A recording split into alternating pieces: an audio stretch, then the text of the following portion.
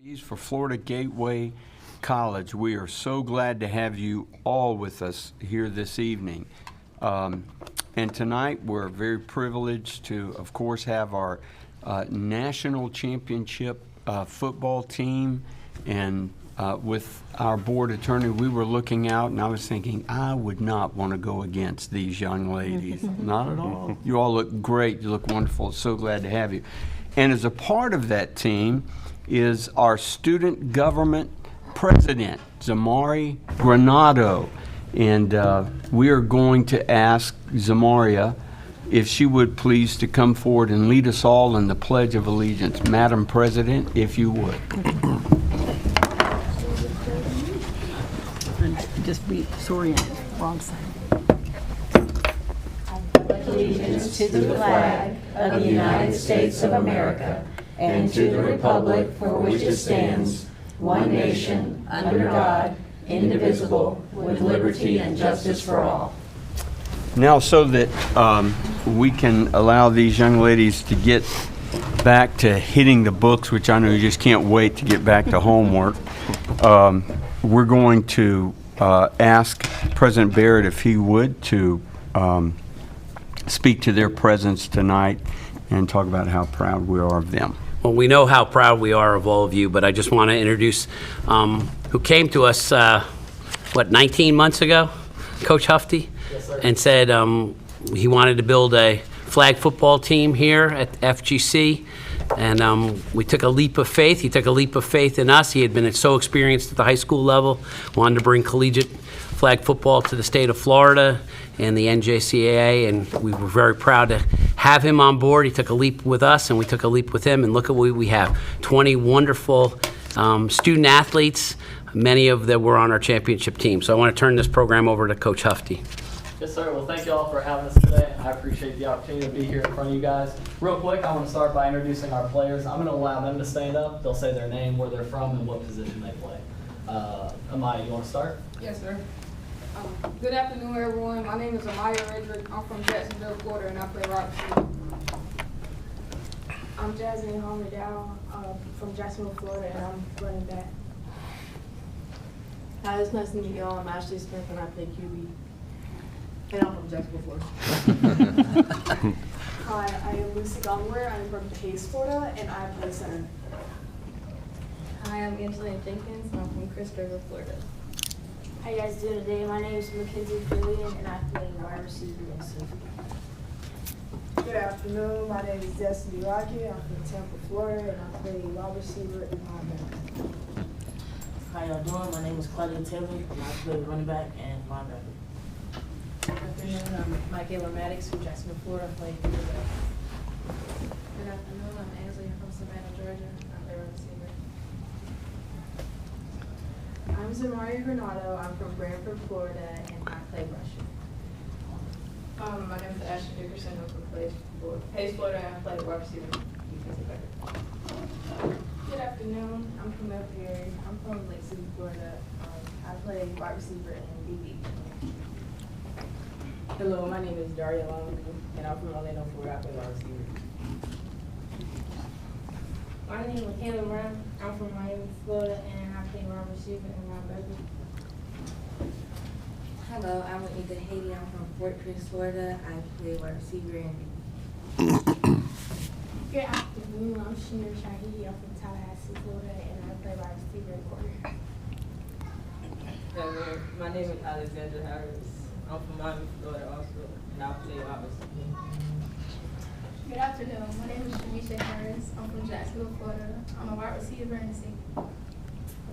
Good afternoon, everyone. I'm Ariana Coleman. I play defensive back and wide receiver as well. I'm from Jacksonville, Florida. So thank you, guys. As you can see, we have a group from all over the state. You know, so we have definitely a local influence with Camille, which we were so excited to be able to bring her on. Her dad is the girls basketball coach and a teacher at Columbia High School.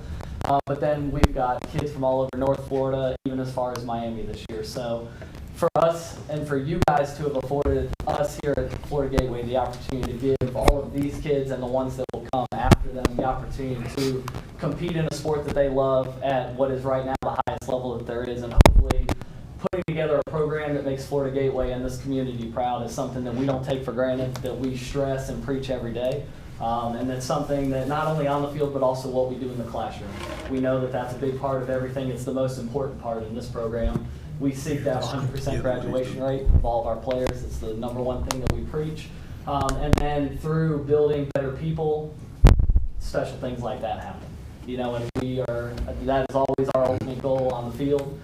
In the classroom, like I said, having a 100% graduation rate and preparing them to be successful when they leave this school, whether it's continuing on at a 4-year, whether it's being in a 4-year program here as we continue to open up more options, or if it's jumping into a career that they're ready to jump into. But once again, all of this comes back to you guys, Dr. Barrett, your leadership, and all of you guys.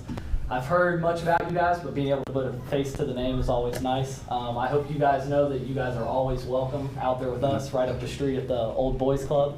Anytime you guys want to come out to a practice, and obviously as we get into our season and we have our slated games, we would love to host you guys and have you at any of our games. So on behalf of all of these players and myself, I'm extremely grateful for what you have allowed us to do, and we're going to continue to work to make this college proud. So thank y'all. Thank you. Gonna do that chant?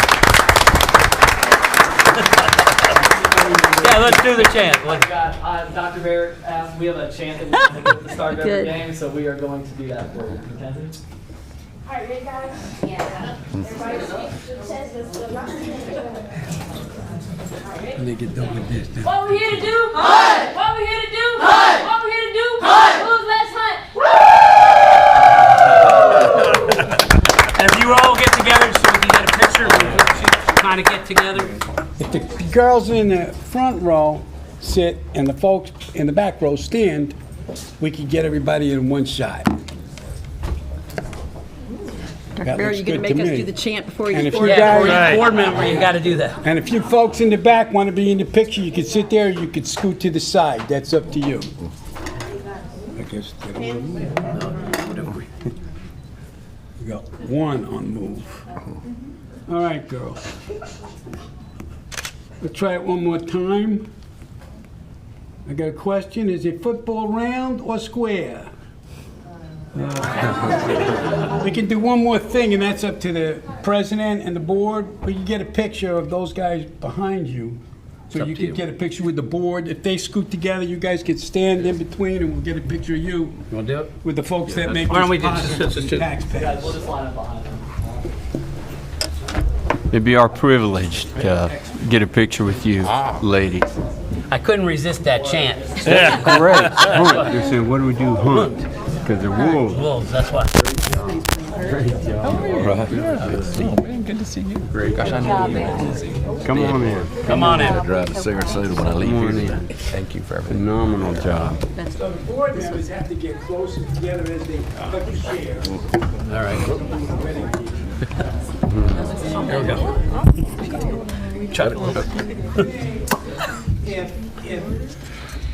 If the folks behind stand, one person stand in between each chair, and then we'll get everybody. Come a little closer. Come over this way. So somebody's got to step up. Come up closer. The board members have to scoot in. All right, we're scooting. My stomach is Yeah, We're not as thin as the players. There's a limit here. That's good. So, yeah, I can see that. So, okay, this is what we got. I can see that. I was going to say we're pretty good at that in Baker County. All right, David. It's all together.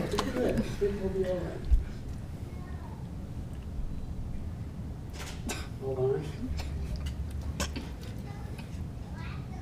The board members are the guys that sort of make over as possible. Let's do one more for Dipper. Everybody knows who that is. Probably not. Good. Thank you again. Thank you. Thank you. Enjoy your meal tonight. Good job. Thank you. Thank you. I got one myself. We're getting the custom one. I don't know if I'm getting the custom one, huh? I look good in this one. All right, see that? All right, thank you, ladies. Remember, Ashley, I caught that pass from you that time too. Actually, this is the ring, so it's really heavy. Thank Good you. night. Congratulations. Thank you. Good to meet you. So Phenomenal job. Sorry about that. No, that was great. That's what it's all about.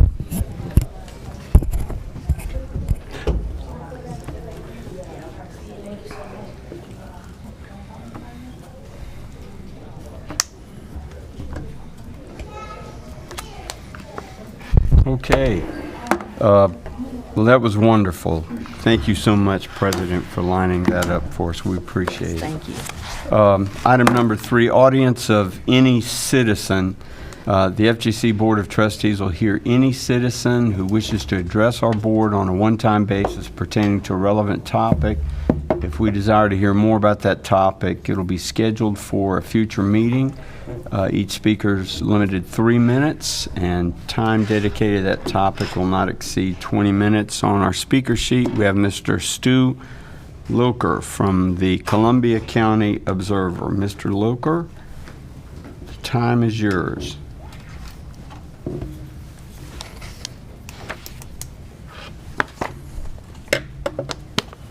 Thank you, Mr. Chairman. It's nice to be here tonight.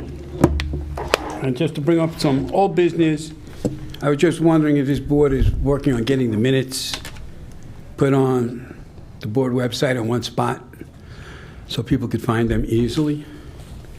I see Dr. Barrett is shaking his head yes, so I presume that may be in the works soon. That's fine. I do recall years ago, Ms. Norris would remember when the IDA was involved and Dr. Hall was a member of the IDA. He would come to those meetings and he would always explain he would always explain or give a analysis of the amount of students coming from the high school that needed remediation. Ms. Norris gestured yes. That number was in the 90 around, like the last number I remember was 92% of the students that came from the high school to the college. Remediation was 92%, which I guess sort of makes the college like grade 13 in high school. I haven't heard those numbers lately. I have checked with Dr. Barrett to see what those numbers are, and my understanding is the way people calculate this has changed. But we know how many people need remediation that come from the Columbia County School District and probably other school districts around. I would like to see a discussion by this board about that problem. The only way you can get a solution to a problem is to define a problem. And if we still have students that are 90% need remediation, that's a countywide problem, not a college problem. Not just a school district problem, it's an everybody problem. And if you don't think it's an everybody problem, what you folks need to do is tune into a city council meeting one of these days and find out what happens when people don't have adequate education and don't have the background to take care of the business of government. So I would like to see that spoken about at a board meeting because that's very important. I think I didn't have time between the last meeting and this meeting to see what the charter school was that you guys are working on. The last thing I thought I knew was going to be some sort of medical thing to deal with what the school's strength was nurses and biology and those kind of things to prepare students for that field of work. From what I recall from the brief mention last time, it was changed. I'll put a public records request in to see what's going on with this. But I think the board needs to discuss what charter school you're planning to recommend. Because if it's school district, grade 13 for the school district, then everybody needs to know. Time. Finally, for my last statement, I just would like to repeat what Dr. Barrett told me when we were in Gilchrist County, is that without sports, a lot of these girls that you just saw would not be attending school. So I think, well, I'm not a big sports fan. That's a good thing. Thank you very much, Mr. Chairman. Thank you, Mr. Loker. Okay. We have no one else on our speaker list, so we will move for the approval of the board minutes from August the 10th, 2023. You've had those, the opportunity to peruse them, address them. Are there any changes, corrections, or amendments that the board feels like we need to speak to this evening? Hearing none. I'll make a motion to approve the minutes as they are. Thank you, Dr. Tepedino. Your second? Second. Thank you, Mr. Lander. you hear the motion and second. All in favor of that, members of the board, let it be known by saying aye. Aye. Any opposed? Same sign. The motion's carried. Next, item 4, our student government report. And we have our great leader with us this evening again.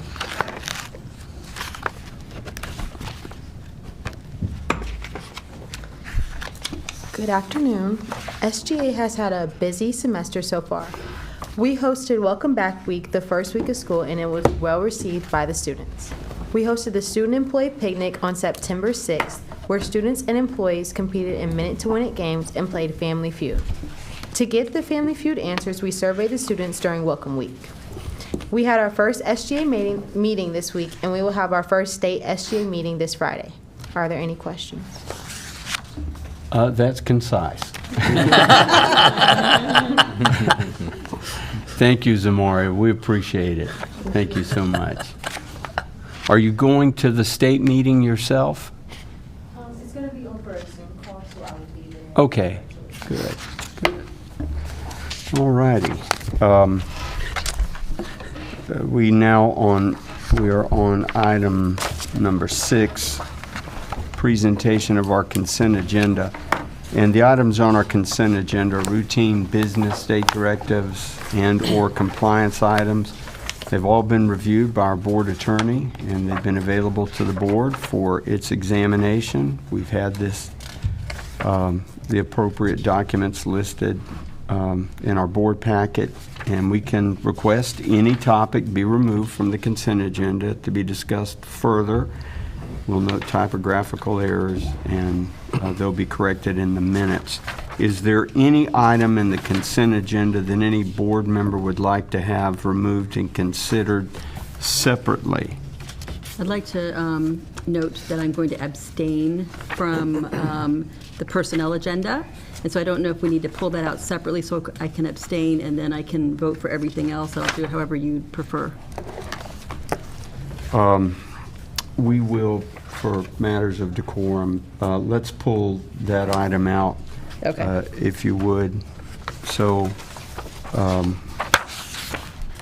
can we have a motion and second to pull out item A I off move. of the consent? Pull it out. Have a second? I'll second. We have a motion by Mrs. Norris and a second by Mr. Brannon to remove item A, personnel matters, from our consent agenda. All in favor of that, members of the board, let it be known by saying aye. Aye. Any opposed? The same sign. The motion is carried. So on items B through I, is there any discussion or question on any item by any board member?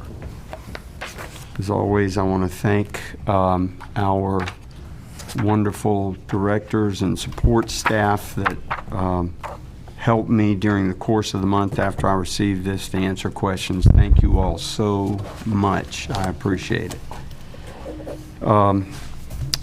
Then we'll entertain a motion to approve items B through I on the consent agenda. So moved.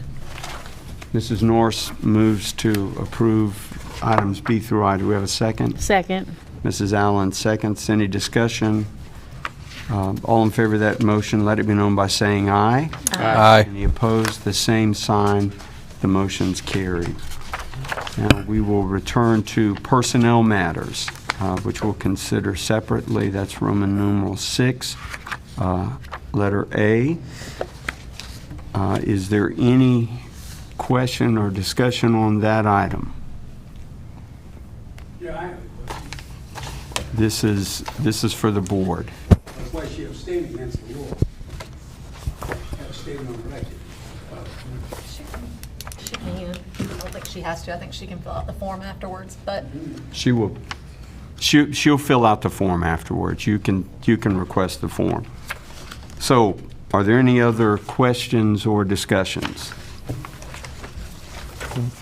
If none, we need a motion to approve. Motion. Oop, go ahead. I'll second it. Thank you, Mr. Lander. We have a motion by Dr. Tepedino, a second by Mr. Lander. There any questions or discussion by the board? All in favor of the motion, let it be known by saying aye. Aye. Any opposed, same sign, and the motion carries. And now we're to one of our favorite parts of our meeting. Item number 7, academic affairs, and Ms. Gavin's going to tell us wonderful things, I'm sure. Good evening. Okay.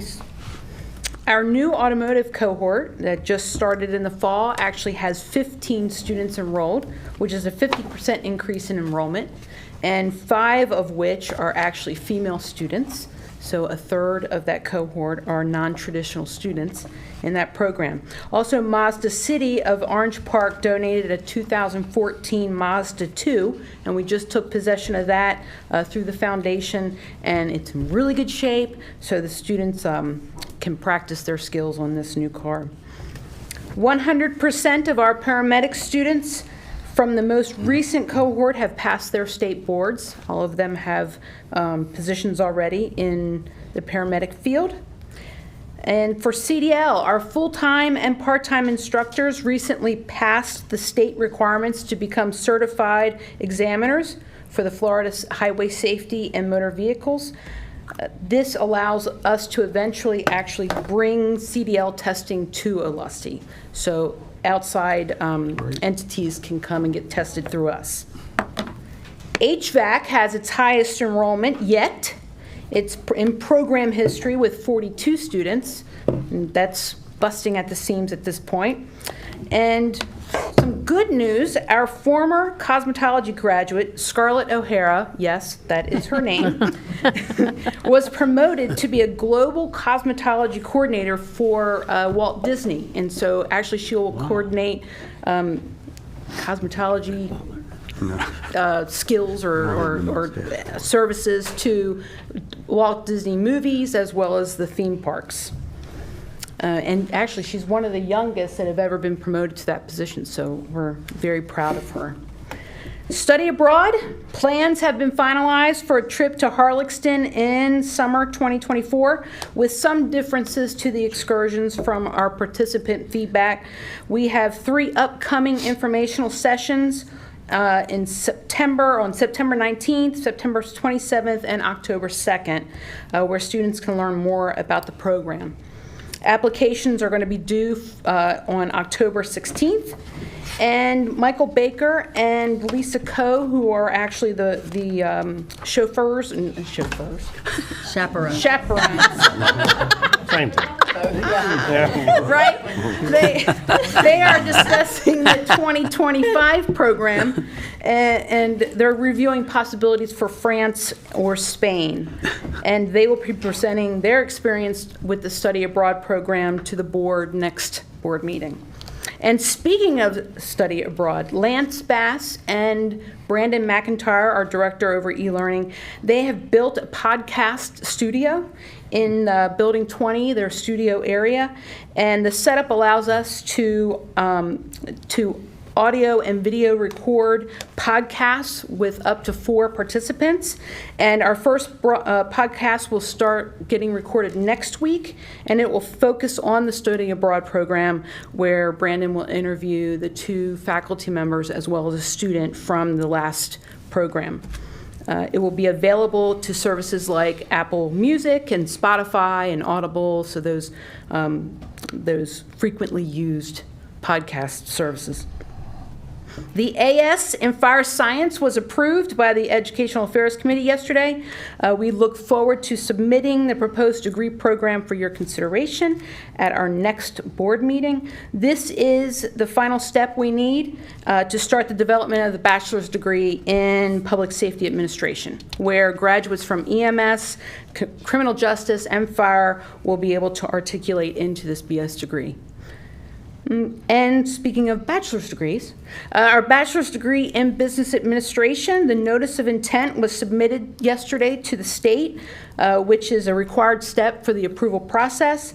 This is the time when other Florida colleges and universities, private and public, may give feedback. The next step is the formal proposal, which has to be or can only be submitted 100 days after the receipt of the NOI. So we look forward to submitting that by the end of December. The Florida Civic Literacy Exam, we have the history and political science departments have expanded their preparation sessions to every Monday now from 3 to 5 p.m. Students can join in person at the Student Success Center or virtually. These sessions are open to all students who are preparing for this Florida Civic Literacy Exam. And the most recent data shows FGC's success rate has continued to increase, and now it's at 77%. And this is up from 74% in June. So we're hopeful that interaction is helping increase the success. Jennifer Brown, our math professor, has developed an asynchronous course open to any prospective or current student to help them test into college-level mathematics. The course consists of pre-test diagnostic, which will map to specific lessons they should complete based on the current skill set, their current skill set. There are 20 lessons that each contain printable notes, lecture videos, and video examples. The students can then practice with a provided worksheet, and we have one more lesson to create, and the course should be available to students to use. Early childhood. In fall 2023, there are 44 students enrolled in the AS degree program for early childhood and 65 in our baccalaureate degree. So that's quite an increase in student enrollment for our bachelor's degree in particular. Both the AS and the BS are fully accredited by NACE, which is the National Association for the Education of Young Children. The only institution in the state, we are the only institution in the state accredited by NACE. The AS program is currently finalizing their self-study for submission, and FGC is one of 14 colleges and universities in the country that has a BS in early childhood program accredited by this NACE. And our AS degree program was ranked in the top 10 best online early childhood programs in the country. And that you can find that on universityhq.org. Our NCLEX scores for the first attempts continue to be phenomenal. We have 55 out of 56 students have passed on their first attempt, which is a 98.21% pass rate, with 2 left to test. At worst, if those two students fail, we will be at 94.8% success rate or pass rate. Isn't it? So currently Florida is at 86%, so we are beating Florida, the state of Florida, and the US is at 93.93%, so we're beating the national average as well. Would you tell those two on behalf of the board we said no pressure? I will. And then finally, I know I was requested to look at the needs of my area at the last board meeting and report back to you. Now that the buzz at the start of the semester has kind of subsided, I'm going to ask that I be given a little bit of some more time so that I can take a deeper dive into the needs of my area, and then I can report back to you guys after collaborating with Dr. Barrett and Michelle. Just one quick matter. I don't want to pass by the board. I don't want it to go by us quickly. It should be noted. I have been the chair of the Early Childhood School Readiness Coalition for all of North Florida previously. And NACE is the defining organization for early childhood learning. It is. And for us to be the accredited program in the state of Florida, that is just amazing to me. Amazing. Out of everything you shared, including our NCLEX score. That's great. Thank you. It's a big one. Any questions? I have a question on the HVAC program because I know it's really blossomed, and so we have a lot of tracking mechanisms for students' success and when they get out and do what jobs, especially in the medical field, and what kind of salaries they get. So do we have a protocol in place, or how do we plan to track the success rate of those students coming out of that program and, having sort of a catalog of what the jobs available are, what the salaries available are, because, there's so much out there now about, do you really need a 4-year degree? Can you do a program like that and be just as financially successful? That would be really good data to have. Yeah, I know the individual instructors, they keep up with their graduates, finding out what they're making and where they're working, and we do have a mechanism of trying to keep track of where everyone is. I can report back next time. Yeah, I'd like to see it more formalized, like we have our nursing program's easy because we see Lake City Medical, they're handing out, things. So, but it would be nice to have, and I'm sure that that Lee would probably want to know too where all these graduates are going and what they're making in terms of support financially. So it would be nice to be able to have that as part of that alumni experience for them too. Keep in touch that way. Same thing with our cosmetologist, because I was, one of the instructors is a really good friend of mine, and when I hear about the placement in cosmetology, because I was at the graduation, I was like, wow, another cosmetologist, another one. Like, where are they all getting jobs? They're all getting jobs, and they're getting very good paying jobs. And I don't know if that's something that we have really tracked before. It may be all anecdotal, but it would be nice to have something where you're able to say, if you come to our course and do cosmetology here, you can look at the average salary our students leaving the program are making X. So that would be a worthwhile project. Okay. Thank you, Dr. Thank Gavin.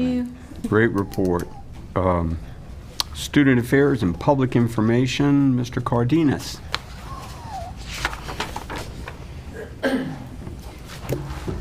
Thank you, Mr. Chairman. I'd like to start by talking about our academic advising area. The academic advising office is in contact right now with 791 of our advisees after Hurricane Idalia hit our area. We are doing everything we can to reduce attrition from the effects of the hurricane, and over the last 2 weeks, we have been fielding requests for water, food, gas money, and internet hotspots. The majority of these requests have come from students in Dixie County, the towns of Live Oak, Perry, Wellborn, and Madison, which were some of the hardest hit areas in the state of Florida after the storm. Right now, we have a student from Live Oak who travels to campus daily for internet access. Most of her classes are currently online. She wants to stay on top of her coursework and exams despite the lack of electricity and running water right now. She's an amazing student. Many of the students that I have personally talked to one-on-one do not want to drop their classes. There's a lot of grit with this group, especially from that area. They want to stay in as long as they can. We've had a few, but many of them have changed their schedules. They're taking mini semesters later on in the semester to try to keep those courses. So I applaud those students for doing this. It's very brave for them to do this under these conditions. With support from the President's office, the Student Food Bank has been refilled, and it refilled its shelves and has been able to handle the needs of many of our students without interruption. I'd like to thank Ms. Amy Deacle, who runs that in our Student Activities Building, Building 7. She maintains and manages that part of the program. And the requests have been consistent over the last 2 weeks for students that have been requesting food. And so we are working with every one of those students, as many as we can, giving them any type of funds that we can also have, that we do have available, and getting food to those students. The Academic Advising Office also hosted the University of North Florida on campus yesterday. We had over 60 students attend this event. Inside of UNF, we had the following colleges that came to our campus all as one group. We had the UNF Office of Admissions, the Financial Aid Office, College of Arts and Sciences, College of Education and Human Services, the Coggin College of Business, the Brooks College of Health, the College of Computing, Engineering, and Construction, the Transfer Student Union, and their graduate school. The representatives discussed admissions criteria for UNF, but also spoke about specific admissions requirements to their programs, which is sometimes an area that our students forget, that they can get admitted to the university, but how do I get admitted into the School of Education, to the School of Engineering, to the School of Business? So the colleges discussed all of their additional criteria for those programs. Rebecca Thomas, our Director of Academic Advising and Career Services, organized this event on campus. It's the first time in 4 years that a school has brought this many representatives for one day. So it was a phenomenal event. Our students truly benefited from it. Our Student Success Department hosted its first FGC Pro Day on September 12th. Pro Days are part of our first-year experience program to support retention efforts for new and transfer students at FGC. PRO stands for Prepared, Resourceful, and Organized. The mission of this program is to help students develop a new perspective on their educational journey and to design a blueprint for their first year in college. Our first session was Navigate Your First Year Like a Pro. Since food is always a good draw for our first-year students, walking tacos were served and enjoyed by all in attendance. In our athletic area, our FGC women's cross-country team has been ranked number 16 in the preseason NJCAA Division II Women's Cross-Country National Coaches Poll. The voters picked the top selections from 118 NJCAA Division II schools from 24 regions nationwide. Their next event is tomorrow morning in Huntsville, Alabama. The women run at 7:20 a.m., followed by the men at 8:20 a.m. I don't know how they do that. That's truly, truly amazing. So they are up there now, getting ready for tomorrow's event, carving up, I'm sure. The Office of Public Information, we had six press releases that included the free child care services for our students and employees, the 35th Annual College Night, our cross-country preview, the Hurricane Idalia closure, the FGC opens the Howard Center to FPL employees in the wake of the hurricane, and our women's cross-country team being ranked number 16. The first Life South Campus Blood Drive of the year was held on August 28th, the day before we closed campus for the hurricane. So it had a little bit of an effect on the numbers. We did get 10 units of blood, which will be used to save up to 30 lives. The next blood drive is scheduled for November 6th. And that is my report. Great. Do we have any questions, observations? Could you report back to the board the status of the transfer position? Yes. Okay, yeah, not a problem. We have the position for the transfer and career advisor. The job description has been written. We have put in the permission to advertise, so we are now looking for a brand new position that will specifically deal with transfer admission from Florida Gateway College to other colleges and universities throughout the state of Florida. This person will be tasked with building relationships with every single major university in the state of Florida to develop those pipelines, to make sure that we understand admissions criteria for each of these students, and to work individually with these students that are looking to transfer out. I think we really saw the beginnings of that with the UNF program that was on campus yesterday. We'll build off of that. That's a good foundation to start off with, but we'll see more of those programs on campus as this position grows. And let me just say from my personal experience, number one, I want to thank Dr. Barrett, and I want to thank Julie Cannon in particular. I have been advocating for that position because, you'd think by the time I get to my third child, I'd be pretty good at navigating, transferring to different colleges, but it was kind of eye-opening that, okay, this college had these sets of requirements for the same degree, and this college had a different set, and it might have meant backtracking. And I think that when we are able to have a position like that, and yes, maybe some students will go on to other four-year universities, but ultimately, my son decided to stay here at this college because it was such a great experience. The program lined up nicely. So I think not only will it help people, make that transfer easier for them, because again, we're talking about a population where a lot of our students are having to navigate without a parent. And I may have been in the way of my son navigating some days. Thank goodness for Dr. Barrett. But we have a population that maybe a lot of first-time college goers and people that need that extra support. So I think that position will help that. But also, it's also a way that you come back around and that student realizes that if we had that same four-year program here, they may be better off staying here because we have so much support for a student to be successful here. And yeah, you want the big college experience maybe, but maybe the educational experience here is going to be what's better for you. So I think it'll serve a dual purpose for us. I agree. I think making the proper fit, it would just we were a good fit for that student. What are they looking for at that next level? Is it a school the same size as Florida Gateway College? Are they looking for that big environment? What's going to be best for them? They're going to need that personal roadmap from somebody working directly with them, giving them that attention. I agree 100%. So again, shout out to Julie Cannon. Definitely. Any other board member? Thank you so much. Okay, enrollment and marketing, Ms. Schrader. Thank Thank you. Good evening. For fall enrollment, we're currently up 1.7% in headcount at 2,882 students registered compared to 2,834 students registered last fall at this time.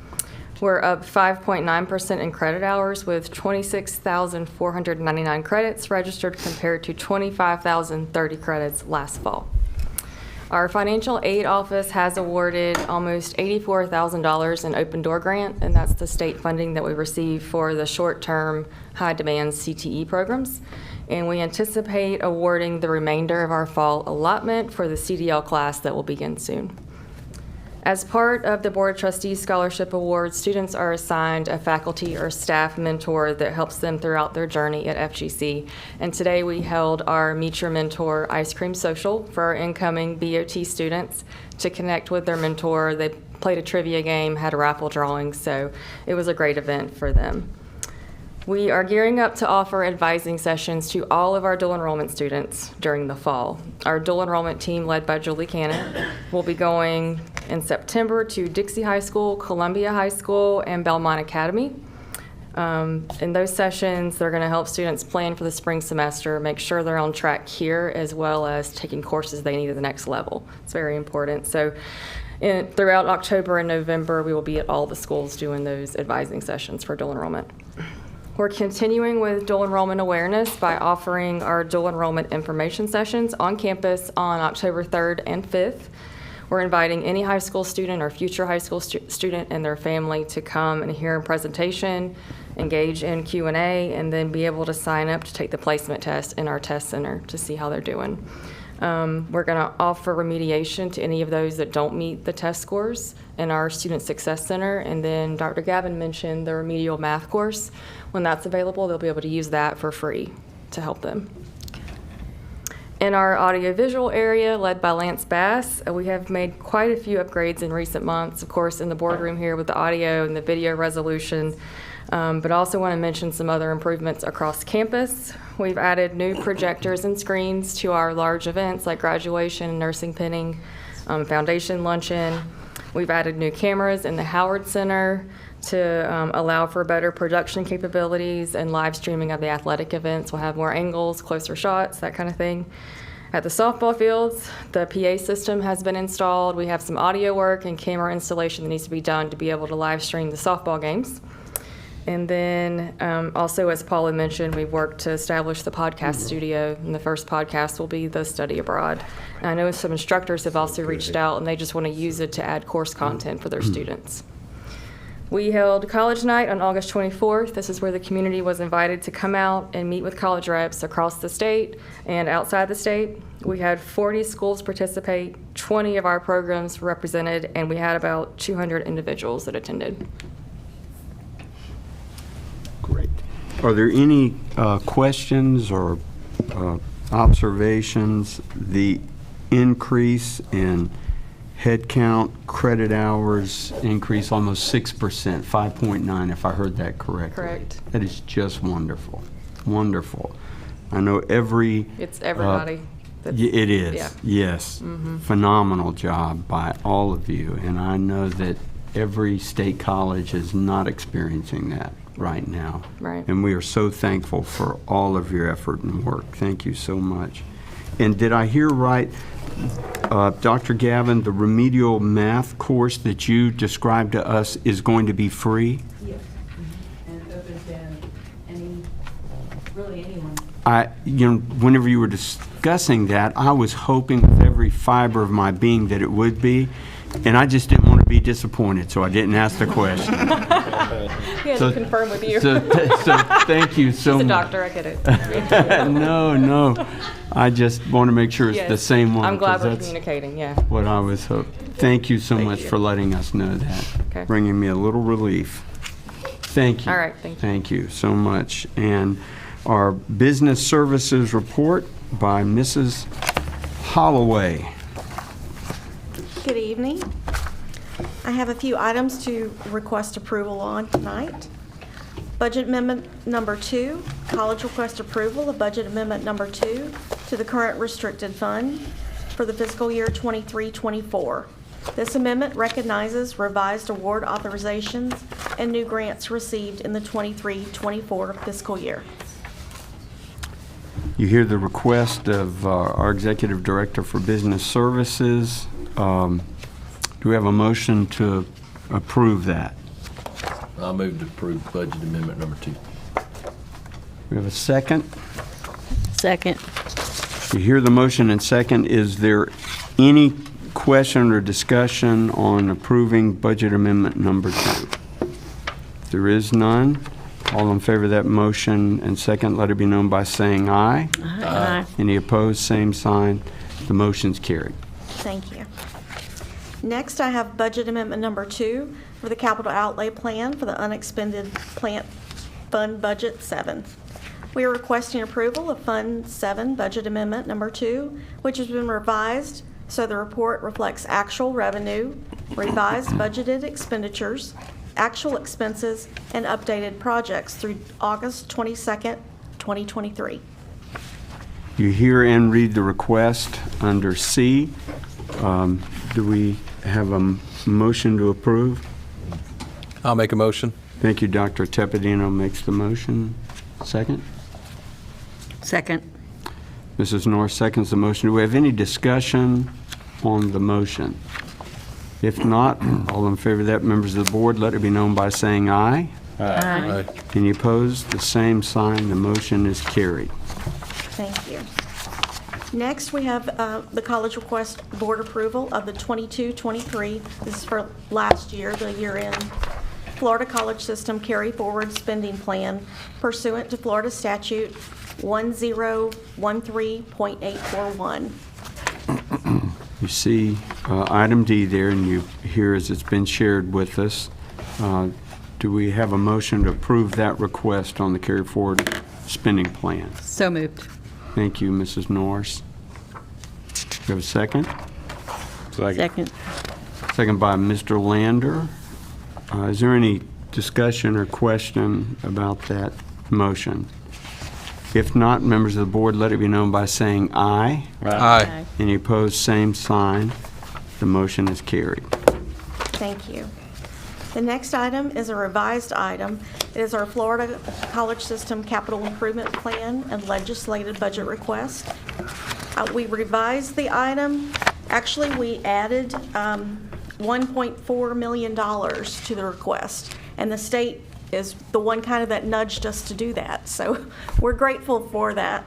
We added $1.2 million in the first section, in the maintenance and repair section, and then $297,000 in the remodel section below. So that brings the total increase to $1.4 million. You hear the request. Do we, can we entertain a motion to approve the request? I so move. Thank you. Mrs. Allen makes a motion to approve. We have a second. I'll second.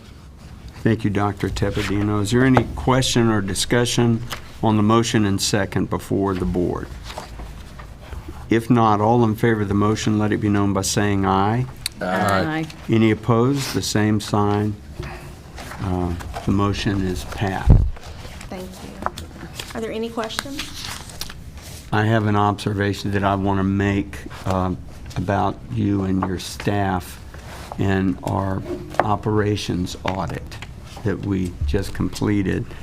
As chair, I've had the opportunity to sit on several exit conferences in our audits that Mrs. Holloway was responsible for and Dr. Barrett.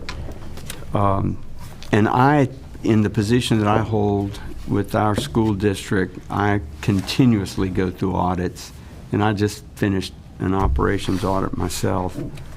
And it's everything, if you're being audited, seeing from the inside out, the kind of audits that we have and the kind of things that I hear auditors say about the job that Mrs. Holloway and her staff does is everything that you would hope to hear in your own personal audit. It's stellar. That's not hyperbolic language. It's outstanding. and the Auditor General's office, and they're good people, but they're not known for effervescing. They do effervesce when it comes to this dear lady and the work that she does. They do. That's, It is a again, team I said, effort, definitely. that's not hyperbole. It has to be. It has to be. You cannot manage all of that by yourself. I get it, but you're the one that's making sure it's happening. Put that word in And my vocabulary. I'm very thankful. On behalf of the board, I'm very, very thankful. Thank you. I'll pass it along. Please do. Please do. Okay. Any other questions? Thank you. Thank you so much. President's report, Dr. Barrett. Well, before I begin, I just want to, Zamario, this is my probably 90th board meeting. This is the first time I've ever had a student government speaker stay the whole time. So you're everywhere on campus, but you're also everywhere at the meeting. So so it's either that or the knee is acting up. You don't want to leave. So one of the things, as we talk about the enrollment and so forth, one of the things, thanks to academics and student services and the whole group, is that we really made a effort to bring back students for face-to-face courses on campus this semester. So when we talk about the enrollment increase, it'll be interesting as we start looking at some of the figures. We brought down the 56% of the students used to be just online, and 44% were face-to-face. We're getting closer to that 50-50, where really is my goal for this institution. So you could see it in the events on campus, and I remember 9 years ago saying, if there's not students on this campus, you should fire me in a couple of years, but then COVID hit, so I'm glad you didn't. So I just want to thank the staff for that. The other thing, I talked briefly about the hurricane and FPL, is that we tend to forget, even though our 5 county service, you all serve as board of trustees there, but we do have about 25% of our students come from out of our service district. And what you heard from Tony, Vice President Cardenas today, was we have about 12% of those students from outside our service district in Suwannee County. And that's even larger than some of our service districts. So we're very proud of the fact we're helping those students and so forth, and we're very thankful for our sister campuses that came and provided us food and money for all those students. I'm also very proud of the way this campus, I came on this campus about 3:30 on Wednesday after the storm had hit. I didn't want to clean up all the trees because I'm on the western part of town. And this campus was in not bad shape, no trees on and buildings, a couple trees uprooted. But we survived very well. But by the next day, even though we didn't open until Friday, we could have opened on that Thursday thanks to our facility staff and everything. So I can't thank all of them enough for all the things that they pulled off. Getting to the hurricane, we had minimal damage. Damage came to about $20,000. We didn't think it was worth putting in the claim. That was because we have a $10,000 deductible, and we're trying to get rid of our insurance carrier now, so we didn't think that was a good idea. We had minimal damage of that. And so we also so our students are still suffering, some of them, and we're just going to work towards them. And some of our enrollment probably would have been higher. There's probably half a dozen to a dozen students that just couldn't continue their studies for a variety of reasons. So we anticipate they'll be back in the springtime. So that's something. One of the aspects on Tuesday, I think it was Tuesday afternoon, FPL called us and said they needed additional staff, additional beds, for about 250 workers. Facilities and I got with the FPL people, and we agreed without a contract from any of you. I hope I asked for forgiveness for that. We did this contract that we do emergency services for them in our gym. And they put that up with all the cots and everything. Many of you saw that online. 250 beds, and the first night they wasn't used. The second night they were full, and they rolled out of here on Saturday. And they met with us yesterday and asked what they could have done for us, and I said nothing except get us our power. And that was my only agreement with them. They said, "What do you need?" And I said, "Electric." If you want air conditioning, we want electric. And we did not lose power at this campus, unlike many of us that lost it for 30, 40 hours. So I want to thank them. Also, Lusty, That was another last minute, that happened right after the storm.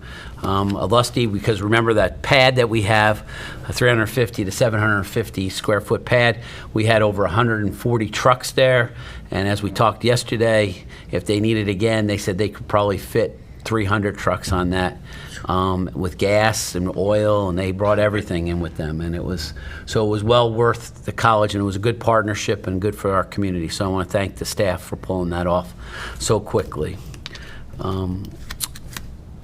And our emergency management plan worked, guys. So congratulations to everybody there to pull it off. PAC renovation. Our Performing Arts Center has taken a beating over the past few years. It is the premier performing arts center in this community. We're doing lots of renovation. There will be no student productions there this semester. We're doing painting inside. We're going to have to replace the stage. Actually itself, it's been damaged. Lots of issues there. Dressing rooms have been gutted. Lots going on, and that will probably be between the foundation's money and the college money, probably between a $300,000 to $400,000 project. But when it's done, it will be back to being the premier institution for people to do it. So, wanted to let you know that. Two last items I just want to bring. Oh, well, let me report to you that next week Lee is not here. Foundation donor luncheon is next Wednesday at 11:30. If you have not committed to that, I know some of you have already done that. If you can make it, we'd love to have you there. 11:30, we promise to get you out of there by 1 o'clock. And then reminder, there's also a sign-in sheet going around for our December graduation, if you can be there or not. So two other items. We'll take the insurance first and then do the charter school at the end. Insurance, I think Cassie Buckles can be the can be an insurance agent soon. We've had 5, 6, 7, 8 hours with insurance brokers to talk about health insurance, and now we're into the property insurance to try to get better health care, affordable health care for our faculty and staff to keep within the budget. And a lot of people thought we were trying to save money. Saving money would be great. But I just want to make sure our faculty and staff have good health insurance that's affordable. We're getting very close. I'll be reaching out. We're not ready to present to you tonight, but the thing is, we're getting very close to make a huge decision to move out of our healthcare consortium to go with our own health insurance. There's a lot of upsides to it, some risk, and it's still to be determined. I think we've made up our minds, but we have to see some final results before we present to you. And I have reached out to Dr. Tepedino, and I'm not going to say all health insurances are blank, but anyway, so that was. Are you quoting me? No, I didn't say what you said. But the thing is you didn't help me much with that answer. But sorry. And the hope is eventually Wonderful. yeah, wonderful. So the thing is, I will say that we still are looking. The state is still pushing. We got lots of data that we have to provide to the state to have a state health insurance plan. And if that happens, that will be wonderful for the institution, wonderful for our faculty and staff and their families. But we have to plan for the future. And so that's been weighing a lot and a lot of time. So Cassie, you want to say anything else? We're just looking to get the best benefit for the college and our employees, whether that means stay in the consortium or not. So, and it's just so scary because you want so much depends on the health insurance. So, just want to make the right choice. Question for you. So the consortium, is it just the state colleges in our consortium? Yes. So as we explore, and I know you've got a professional help on this because you need someone to. Well, Tyson has been. Right, need to bring this to you. But if another school, such as a university, has, are they in the state plan? Okay. See, if you go to the University of Florida, you pay $115 as an employee for group health insurance. Okay. So $115 a month. Here it's $1,800. Do they I mean, Shands is their provider, so I don't know that they even go outside. And do they have to? Is there a piggyback contract that we could look at and go like, hey, UCF is doing this and they're getting this, are we allowed to piggyback off of anybody's healthcare contract? Not the state universities or the state employees. We Okay, can't. okay. But we could actually piggyback off somebody else if we found something. The program I will share with you real quickly, I don't want to use up too much time. Program we're looking at would be a high deductible program that we would give each faculty and staff member $2,500 that would match the deductible. Okay. And it would be a health savings what a lot card of that would be, businesses do. and every year it would not just end every year, it would actually, if you have a good health year, it would carry over and so forth. So that's the plan we're looking at. Big issue is prescriptions we're looking at to make sure that that's covering and everything like that. So, but it is risky. If we move out of the consortium, we can't get back in for 3 years. But the thing is, do we really want to be in there for 3 years? I mean, that's the question. And so it is a very... All about calculated risk. It's a calculation. So it's never, I've learned a lot, I'll tell you that much. I've learned I don't want to be in the insurance business, right? Last thing is charter school. So the charter school, we're working heavily on that. Many of the staff is going to Santa Fe College next week to see their brand new renovated charter school that they took a building, and it's a half phase of a 2-phase system for their charter school. So we're looking at that. We are planning on the other schools. We continue to work with the Columbia County School District.